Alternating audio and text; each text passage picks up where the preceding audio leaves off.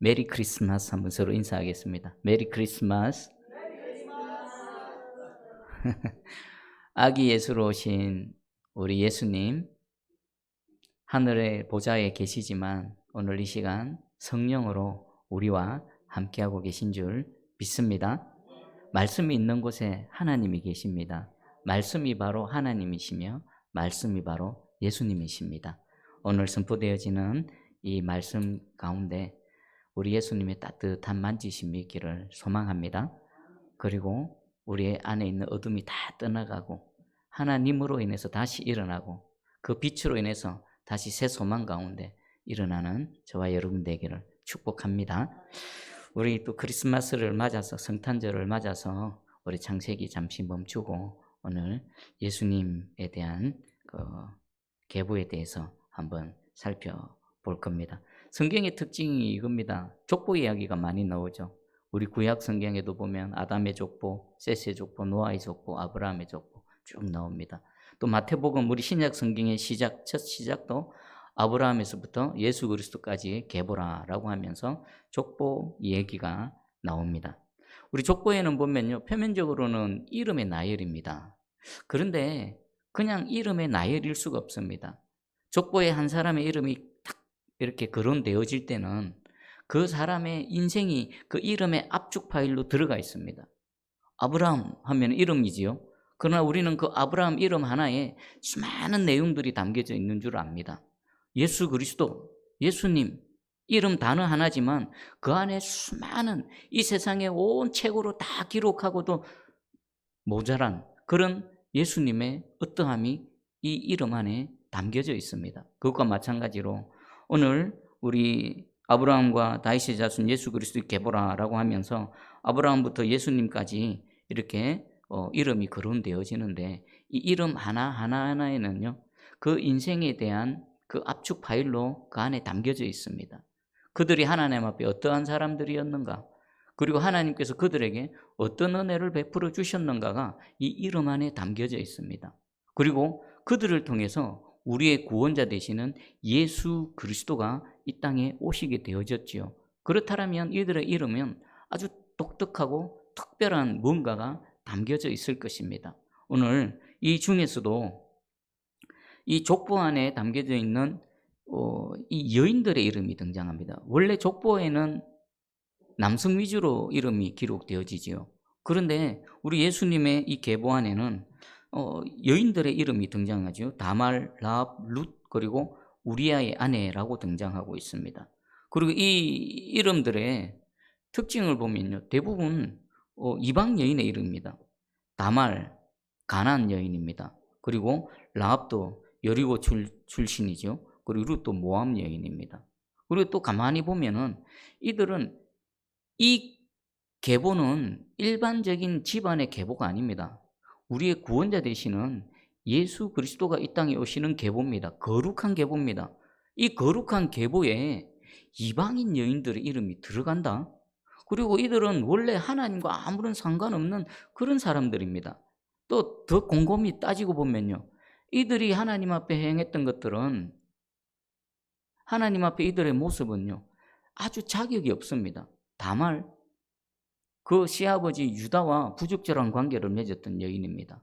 그리고 라합은요, 여리고 출신이지만 기생 출신입니다. 몸을 파는 창기였습니다.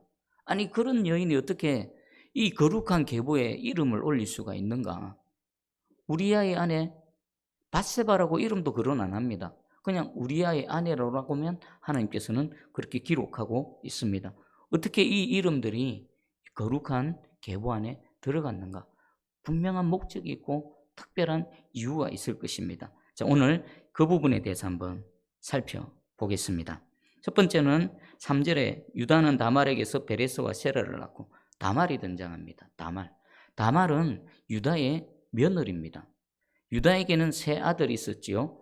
엘과 오난과 셀라, 세 아들이 있었습니다. 그리고 이 다말과 장자가 결혼을 했습니다. 그런데 이 장자가 여호와 보시기에 악함으로 여호와께서 그를 죽여버리십니다. 자, 그러면 장자가 죽고 나면 당시에 형사 취수 제도가 있었습니다. 형이 후손을 낳지 못하고 이렇게 죽음을 맞게 되면 동생이 그 형수를 취하여서 그 계보를 이어가게 하는 겁니다. 그래서 그 엘의 동생 오난과 다시 가정을 이룹니다. 그런데 오난 역시 여호와 보시기에 악했습니다. 그래서 하나님께서 이 오난마저도 생명을 취해 가십니다. 그러면 이제 막내 이 마지막 셀라가 남았는데, 유다는 이 셋째 아들도 죽을까 봐 두려워서 그 며느리 다말에게 친정에 좀 가 있어라. 아직 이 막내가 어리니까 장성하고 나면 다시 너를 부르겠다라고 약속을 하고 돌려보냅니다. 그런데 세월이 흘러서 이 막내가 장성한 후에도 유다는 그 며느리를 부르지 않습니다. 자, 그때에 다말이 뭔가 목숨을 건 모험을 합니다. 그 내용이 창세기 38장 14절입니다. 그가 그 과부의 의복을 벗고 너울로 얼굴을 가리고 몸을 휩싸고 딥나 길 곁 에나임 문에 앉으니 이는 셀라가 장성함을 보았어도 자기를 그의 아내로 주지 않음으로 말미암음이니라. 이 부분이 뭐냐면 이 유다의 며느리 다말이 창기로 분장해서 지금 양털 깎으러 가고 있는 그 시아버지를 기다리고 있는 겁니다. 그리고 이후에는 그 유다를 속이고 부적절한 관계를 맺게 되고, 그리고 유다의 아이를, 시아버지의 아이를 임신하게 됩니다. 그러면 이 다말은 왜 이렇게 했을까요? 이 율법에 의하면 보통 돌에 맞아 죽을 짓도 아니죠. 그것보다 더한 일이지 않습니까? 그런데 성경에서는 어떻게 이 부분을 해석하고 있을까요? 며느리가 임신했다는 소식을 듣습니다. 그 율법에 의해 또 처형을 하려고 이렇게 며느리를 부릅니다. 그때에 다말이 유다의 도장과 끈과 지팡이를 줍니다. 이 사람의 주인이 이 아기의 아버지입니다. 유다가 보니까 자기 거거든요. 그때 유다가 말합니다. 창세기 38장 26절에 유다가 그것들을 알아보고 이르되 그는 나보다 옳도다. 그는 나보다 옳도다. 이 말은요, 유다가 의롭다라는 겁니다. 이 유다의 입을 통해서 하나님께서 다말이 옳다, 다말이 의롭다라고 지금 말씀하고 있는 겁니다. 내가 그를 내 아들 셀라에게 주지 아니하였음이로다 하고 다시는 그를 가까이 하지 아니하였다. 성경에서는 다말이 옳다라고 말합니다. 하나님께서 다말이 의롭다라고 말씀하십니다. 우리 인간적인 관점이나 인간적인 어떤 그 도덕 윤리에 의하면은 이 며느리 다말은 참으로 못 쓸 짓을 한 겁니다. 그런데 하나님께서는 의롭다라고 말씀하십니다. 어떤 면에서요? 만약에 이 상태로 계속 내버려 두면 다말은 평생 무슨 옷을 못 벗습니까? 과부의 의복을 못 벗습니다. 평생 그 상복을 입고 살아가야 됩니다. 그런데 시아버지 유다는 아무런 기미도 보이지 않습니다. 그리고 또 결정적으로 하나님께서 이 다말의 마음을 감동시킨 이유가 있습니다. 만약에 유다가 이 상태로 그대로 머물러 있고 유다와 그 며느리 다말을 통해서 계보가 이어지지 않으면 유다 개인의 문제가 아니라 누구의 문제입니까? 하나님의 문제입니다. 유다를 통해서 다윗이 와야 되고 다윗을 통해서 예수 그리스도가 오셔야 되는데 그것은 한 개인이나 한 가정사가 아닙니다. 그래서 하나님께서는 다말의 마음을 감동시키셔서 목숨을 건 이런 모험을 하게 하신 겁니다. 사실 보면요, 목숨을 건 헌신입니다. 그 유다의 계보를 이어가게 하기 위한 배후에서의 하나님의 섭리하심이 있었던 것입니다. 인간의 불의함이죠. 언약을 지키지 않았죠, 유다는. 그리고 아주 극심한 위기의 순간이었습니다. 그런데 그때에 하나님께서는 다말의 마음을 감동시키셔서 목숨을 건 헌신을 하게 하셔서 이 유다의 씨가 계속해서 이어지게 하셨던 것입니다. 그럼 두 번째, 우리 라합을 볼까요? 5절에 살몬은 라합에게서 보아스를 낳고, 라합은 여리고성의 창기입니다. 그리고 이 라합이 한 일이 있습니다. 여호수아 2장 1절에 눈의 아들 여호수아가 시딤에서 두 사람을 정탐꾼으로 보내며 이르되 가서 그 땅과 여리고를 엿보라 하며 그들이 가서 라합이라 하는 기생의 집에 들어가 거기서 유숙하더라. 그 여리고성에 들어가기 전에, 전쟁을 벌이기 전에 여호수아가 두 사람 정탐꾼을 보냅니다. 가서 한번 봐봐라. 정황을 한번 살펴보고 오라. 그래서 이들이 이르는 곳이 기생 라합의 집입니다. 근데 이들이 들켜버립니다. 정탐꾼으로 온 것이 여리고성 왕의 귀에 들려가고 온 그 군병들이 이 두 사람을 잡기 위해서 그 온 성을 뒤지고 있습니다. 근데 그때에 누가 나섰습니까? 라합이 등장합니다. 그들을 숨겨줍니다. 자, 이것은 라합은 여리고성에 사는 백성이지요. 만약에 발각이 되면 정탐꾼 2명뿐만 아니라 누구도 함께 처형당합니까? 라합마저도 같이 죽임을 당할 겁니다. 그러면 라합은 무슨 생각으로 이렇게 했을까요? 역시나 목숨을 건 모험입니다. 무슨 생각으로? 죽을지도 모르는데. 자, 여기에는 라합의 고백이 있습니다. 여호수아 2장 9절에서 11절입니다. 두 정탐꾼에게 라합이 고백한 내용입니다. 말하되 여호와께서 이 땅을 너희에게 주신 줄을 내가 아노라. 우리가 너희를 심히 두려워하고 이 땅 주민들이 다 너희 앞에서 간담이 녹나니 이는 너희가 애굽에서 나올 때에 여호와께서 너희 앞에서 홍해물을 마르게 하신 일과 너희가 요단 저쪽에 있는 아모리 사람의 두 왕 시온과 옥에 행한 일, 곧 그들을 진멸시킨 일을 우리가 들었음이니라. 우리가 듣자 곧 마음이 녹았고 너희로 말미암아 사람이 정신을 잃었나니 너희의 하나님 여호와는 위로는 하늘에서도 아래로는 땅에서도 하나님이시니라. 라합의 고백입니다. 라합이 목숨을 걸고 그 두 정탐꾼을 숨겨둔 그 이유가 여기에 나옵니다. 뭡니까? 여호와를 믿는 신앙 고백이지요. 하나님만이, 너희의 하나님만이 참 하나님이시다.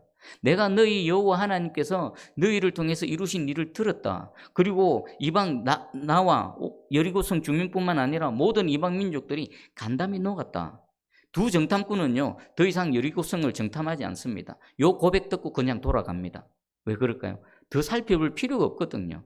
이미 이 라합의 말처럼, 고백처럼 여리고성 모든 주민들은 이미 간담이 녹아서 벌벌 떨고 있는 겁니다. 그냥 들어와서 차지하면 되는 겁니다. 그 사실을 여호수아에게 고백했지요. 그러면 이 라합을 한번 보겠습니다. 라합의 인생은 여인으로서 그 당시에 라합은 창기의 그 삶을 살았는데 그것은 자신이 택한 게 아닙니다. 어쩔 수 없는 겁니다. 그 당시에는 생계형 창기가 참 많았습니다. 요즘이야 뭐 여인들 능력 있고 일자리도 많고 힘이 있고 능력이 있으면 재주가 있으면 얼마든지 혼자서도 살아갈 수 있습니다. 그러나 당시에는 그런 여건이 되지 않습니다. 여인으로서 살아가기 힘듭니다. 마지못해서 가족들의 생계를 책임지기 위해서 그 날마다 알지도 못하는 남자의 품에 안겨 살아가는 그 라합의 인생, 라합이 무슨 소망이 있었겠습니까? 아무 소망 없습니다. 죽지 못해 사는 인생입니다. 가족들을 그 생계를 위해서 그냥 하루하루 견디는 것뿐입니다. 그러던 어느 날 저 히브리인들의 하나님에 대한 소식이 들려옵니다. 홍해를 가르시고 히브리인들을 구원해내시고 그 광야에서 또 그 큰 아모리 왕 두 왕을 물리친 그 히브리 민족에 대한 얘기를 듣습니다. 그때 라합의 마음에는 어떤 생각이 들었을까요? 저 하나님이 우리 하나님이시면, 저 하나님이 내 하나님이시면, 지금 그 하나님이 그 민족들을 동행하셔서 지금 이곳으로 오고 계신다. 그 하나님이 이 땅을 차지하고 내가 지금 이 창기의 몸으로 살아가는 이 여리고성이 하나님의 나라가 되어지기만 하면 나도 새로운 삶을 살아갈 수 있다라는 새 소망이, 믿음이 여호와의 말씀을 듣는, 그 소식을 듣는 중에 생긴 겁니다. 그리고 그 믿음의 고백으로 이 목숨을 건 모험을 하게 된 겁니다. 이 믿음이요, 라합을, 기생이었던 라합을 예수 그리스도의 거룩한 계보에 등장하게 하셨고, 그리고 이 라합이 누구의 어머니가 됩니까? 룻기에 등장하는 바로 보아스의 어머니가 되는 겁니다. 여러분, 라합 역시나 소망 없는 인생이었습니다. 그런데 하나님에 대한 소망을 두고 목숨을 건 그 결단과 헌신을 했더니 이 소망 없는 인생이 감히 이 거룩한 계보에, 예수 그리스도의 계보에 당당하게 등극되는 겁니다. 어쩌면 우리 예수님께서 그 고백하는, 그 라합의 고백하는 그 자리에 계셨더라면 아마 이렇게 말씀하셨을 것입니다. 이스라엘 중에서 이만한 믿음을 보지 못하였노라 라고 우리 예수님 라합의 이 믿음의 고백을 칭찬하셨을 것입니다. 아무 소망이 없습니다. 죽지 못해 사는 인생이었습니다. 그러나 하나님을 향해 소망을 뒀을 때 그 인생이 완전히 역전되어지는 겁니다.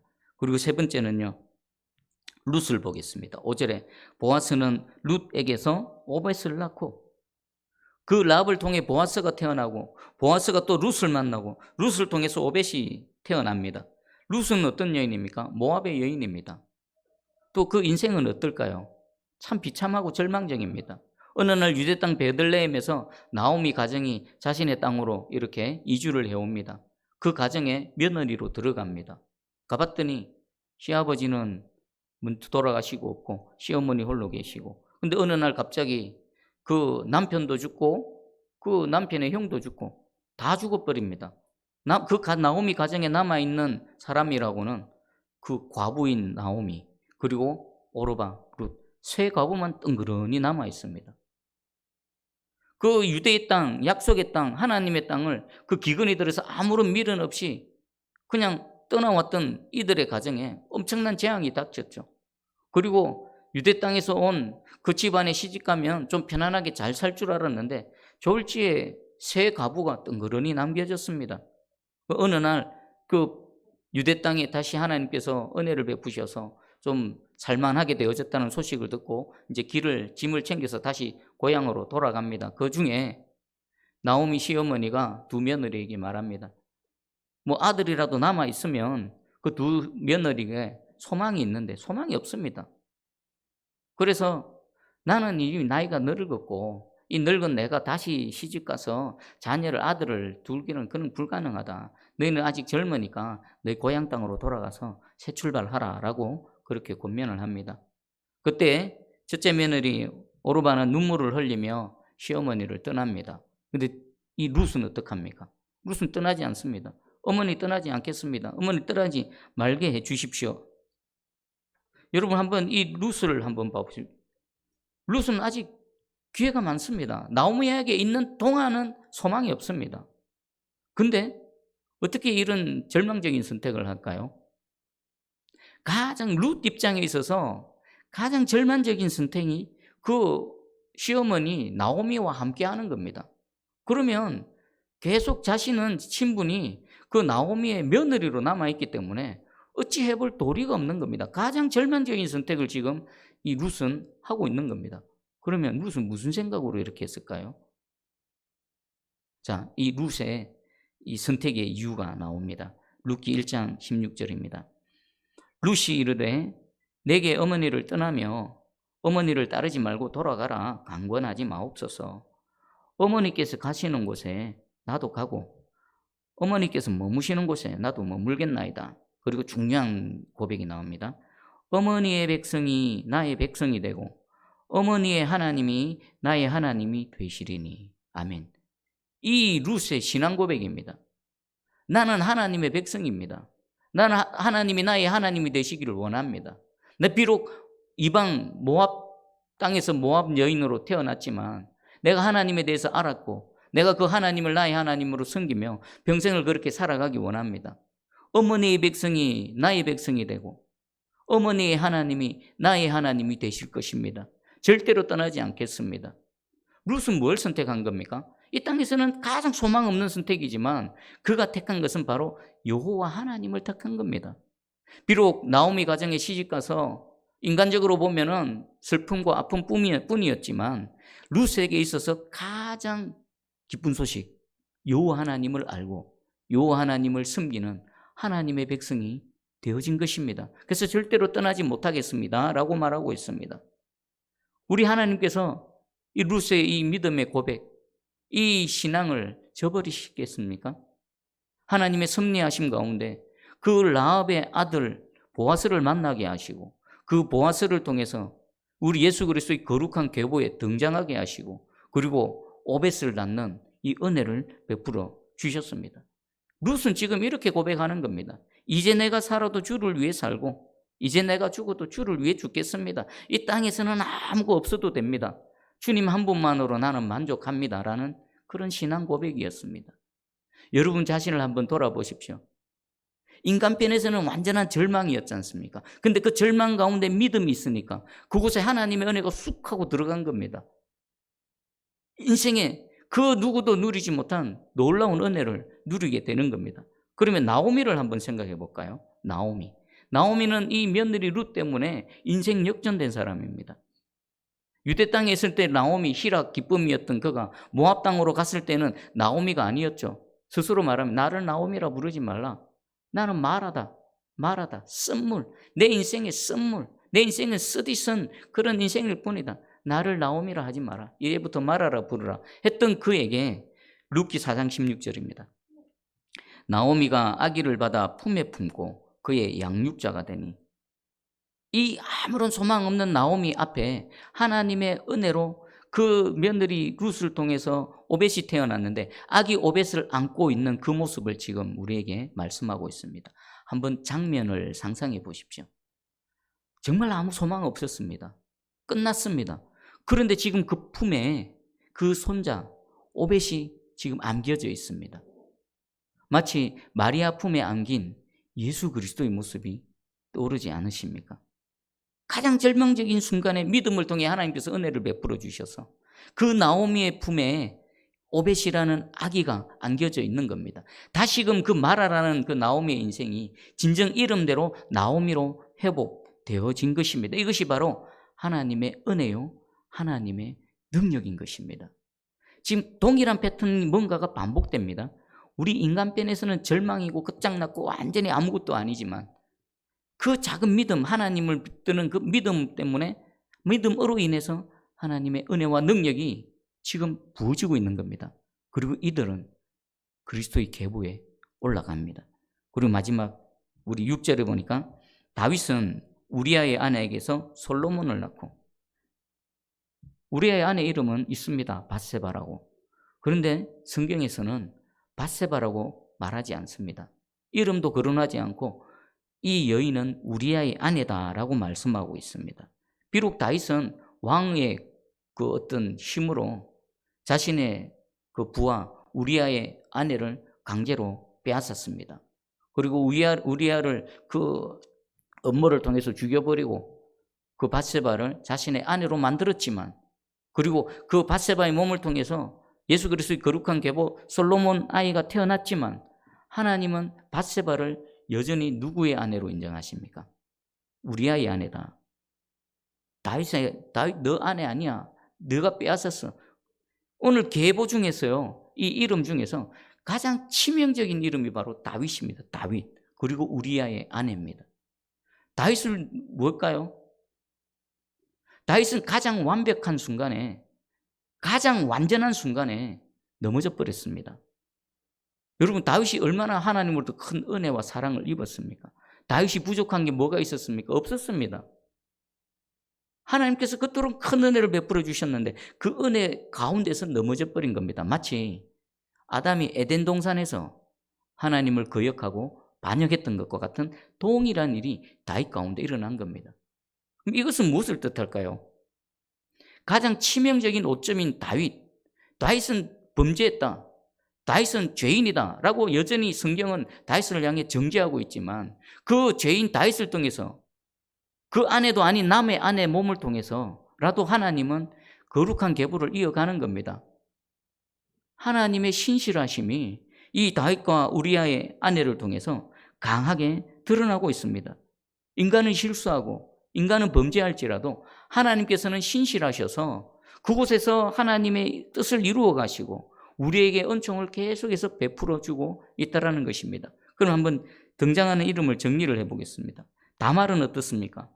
유다 가문의 계보를 이어가기 위해서 정말 얼마나 수치스럽고 그 비정상적인 방법을 통해서 하나님 나라를 위해서 충성하고 헌신했던 겁니다. 그 충성과 헌신을 통해서 위기 순간이었죠.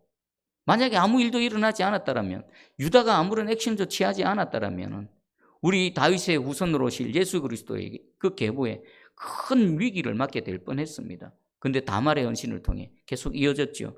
라합은 어떻습니까? 소망 없는 인생, 죽지 못해 사는 인생, 그 하나님께 소망을 두고 하나님께 생명을 던졌죠. 그랬더니 하나님께서는 그 믿음 보시고 그 소망 없는 인생 가운데 들어 쓰셔서 그를 통해서 예수 그리스도의 거룩한 계보로 사용하신 것입니다. 그리고 룻은요. 룻 역시나 가장 절망적인 순간에 인간적인 관점에서 보면 가장 미련한 선택 아닙니까? 나이가 아직 젊은데 나오미 떠나가서 새 삶, 새 출발하면 얼마든지 살아갈 수 있는데 가장 어리석은 선택을 한 것 같습니다. 그런데 하나님께서는 인간 편에서의 가장 어리석은 선택을 하나님 나라에서 가장 지혜로운 선택이 되게 하셔서 그걸 통해서 하나님의 계보를 이어가게 하셨습니다. 그리고 우리아의 아내 다윗의 범죄함에도 불구하고 신실하신 하나님의 은혜가 그를 통해 나타난 겁니다. 이 은혜는요, 지금도 앞으로도 계속 이어질 겁니다. 자, 몇 사람의 이 이름을 그 압축되어 있는 그 이름 안에 담긴 삶을 조금 풀어봤는데 여러분은 이 몇 사람 중에서 어디에 해당되는 것 같습니까? 저는 단연 라합입니다. 세상에 소망 없고 마지못해 살아가고 겨우겨우 살아가고 그런데 예수 그리스도의 우리 하나님에 대한 그 소문을 듣고 이 하나님이라면 나도 한번 살아볼 만하겠다. 그 하나님을 믿는 작은 믿음 보시고 하나님께서 은혜를 베푸시고 지금도 함께하고 계신 줄 믿습니다. 여러분 어디에서 해당됩니까? 룻입니까? 다말입니까? 하나님은 우리 외모 보지 않으십니다. 아무리 절망적인 순간이라 할지라도 그 완전히 끝장난 순간이라 할지라도 요 하나님을 바라보고 내 눈을 들어서 위에 계신 하나님을 갈망할 때 하나님 외면하지 않으십니다. 은혜를 베푸시고요. 그 믿음에 반드시 응답하실 줄 믿습니다. 지금도 그렇고 앞으로도 하나님은 이 일들을 이루어 가실 겁니다. 여러분 믿음이 여러분들에게 전달되어진 거요. 아기 예수 그리스도의 탄생이 우리 가운데 이루어진 것은 이들의 믿음을 통해서 예수께서 오셨고요. 또 누군가의 믿음을 통해서 그 믿음이 여러분들에게 전달되어졌습니다. 오늘 그 은혜 가운데 있고요. 또 앞으로 여러분들을 통해서 또 누군가가 이 아기 예수 탄생의 이 기쁜 복음의 소식의 은혜를 잊게 될 것입니다. 그 거룩한 계보 가운데에 저와 여러분이 당당히 서 있기를 주님의 이름으로 축복합니다. 이렇게 우리 구원자 예수 그리스도가 이 땅에 오셨습니다. 우리 인간편에서는 절망입니다. 흑암, 그냥 어둠도 아니고 흑암입니다. 흑암 중에 참 빛, 생명의 빛을 우리에게 보내주셨습니다. 그 하나님의 은혜가 저와 여러분을 통해서 우리 새순교회를 통해서 주님 다시 오시는 그날까지 계속해서 이어져 나가기를 주의 이름으로 축복합니다. 아멘. 기도합니다. 사랑의 주님 감사합니다.